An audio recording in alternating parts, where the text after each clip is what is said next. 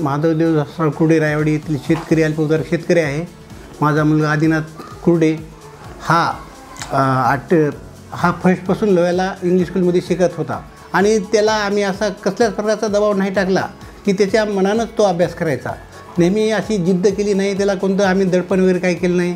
त्याच्या पद्धतीनं अभ्यास करायचा आणि तो अडीअडचणीला आम्हाला कामामध्ये पण खूप मदत करायचा. त्याच्यानंतर जे आम्ही मग ठरवलं त्या नांदेडचा जे आम्ही म्हणजे बाहेरून जे विचार केला होता RCC मोटेगाव सरांचा, त्याच्यामध्ये तो 11वीला स्कॉलरशिपमध्ये आपल्याला 0 फीस लागली आणि त्याच्यानंतर 12वीला गेल्याच्यानंतर त्याला फक्त एक 25% फीस लागली आणि त्याच्यानंतर तो असा नेहमी अभ्यास करायचा आणि त्याचे जे मार्क आहेत टेस्टचे आणि ते मी नेहमी म्हणजे आला टेस्ट की मी मॅसेज पाहायचा आणि त्याच्यानंतर मी एकटाच त्याची आई आणि त्याला नांदेडला ठेवलं होतं आणि मी गावाकडे एकटाच राहत होतो.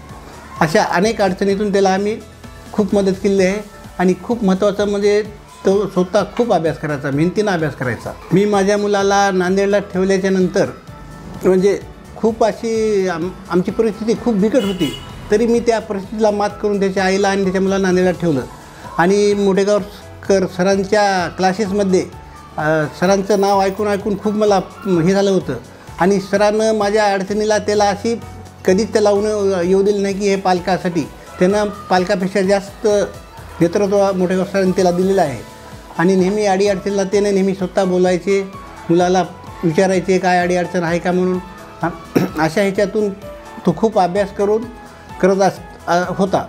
तसंच त्याची एक जिद्द होती की तो नेहमी 5वी-6वीपासून मला डॉक्टर बनायचं अशी जिद्द होती त्याची आणि त्या ह्याच्यानुसार त्यांना अभ्यास करून सरांचं व इतर त्यांच्या टीमचं मार्गदर्शन घेऊन तो अभ्यासामध्ये खूप मग्न व्हायचा. आज माझा मुलगा आदिनाथ हा जो खूप मेहनतीनं अभ्यास केला आहे त्याचं श्रेय त्याची आई आणि तसेच त्यांची टीम मोटेगाव सरांची टीम यांनी खूप त्याला असं जीवापाड प्रेम करून मेहनतीचं शिक्षण दिलेलं आहे. त्याबद्दल मी त्यांना सर्वांना श्रेय देऊन माझे 2 शब्द संपवतो. जय हिंद, जय महाराष्ट्र. मी आदिनाथची आई बोलते. त्यांनी तो 10वीची परीक्षा पास झाला. नंतर मोटेगावकरांची त्यांनी परीक्षा द्यायला गेला तेव्हा त्याला पूर्ण स्कॉलरशिप लागू झाली. तेव्हा मी म्हणाले, अरे मोटेगावकरांची परीक्षा तू दिलास पण तिथं पूर्ण स्कॉलरशिप दिली पण ते योग्य आहे की नाही असं माझ्या मनामध्ये बिचकत होते.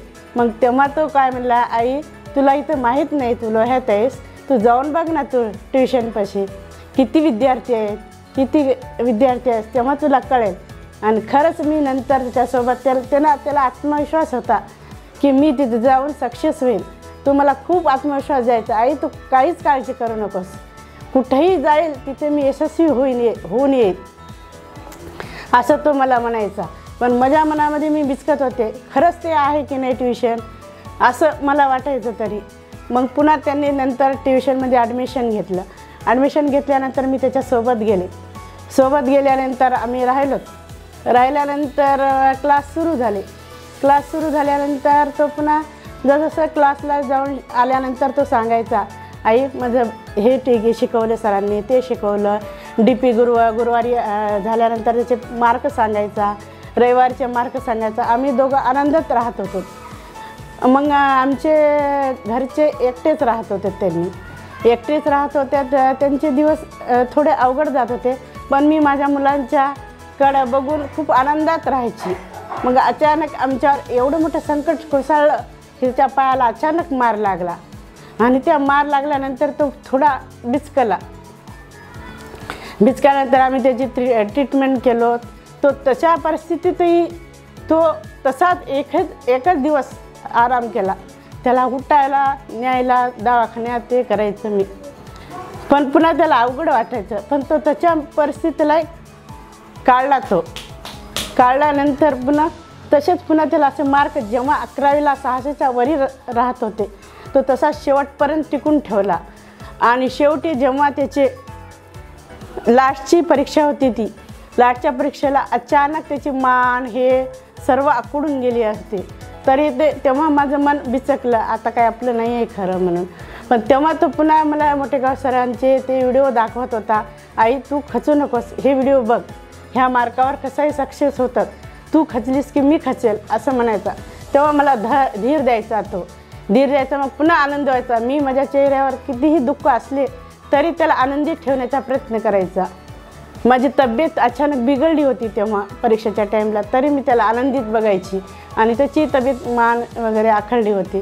त्याच्यामधून बी तो सक्सेस होण्याचा प्रयत्न मला मोठेगावकरांचे व्हिडिओ दाखवायचा. त्या टाईमला त्यांनी व्हिडिओ टाकायचे, असे मार्क पडते, तुम्ही ह्या मार्कावर सक्सेस होता, तुम्ही मन खचू नका, याच्यावर पाहत राहा म्हणून. मग तेव्हा मला सुद्धा सक्सेस व्हायचं. मग मी त्याला म्हणायचं, अरे तू 2 वर्ष केलास, तू कधीच नाही हारलास आणि तू खरंच सक्सेस होतील, म्हणून मी त्याला धीर द्यायचा. मग ह्याच्या एवढा प्रयत्न करून सरांच्या ट्युशनवर शेवटच्या मी बॅचला गेले. त्यांनी मीटिंगमध्ये ते बोलले, त्यांचे वाक्य बोलून पुन्हा मला धीर आला.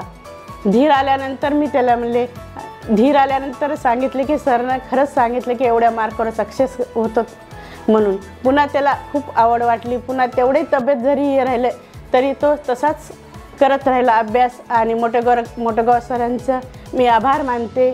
माझ्या मुलाला यशस्वी केल्याबद्दल सगळ्या टीमचा आभार मानते. थँक्यू.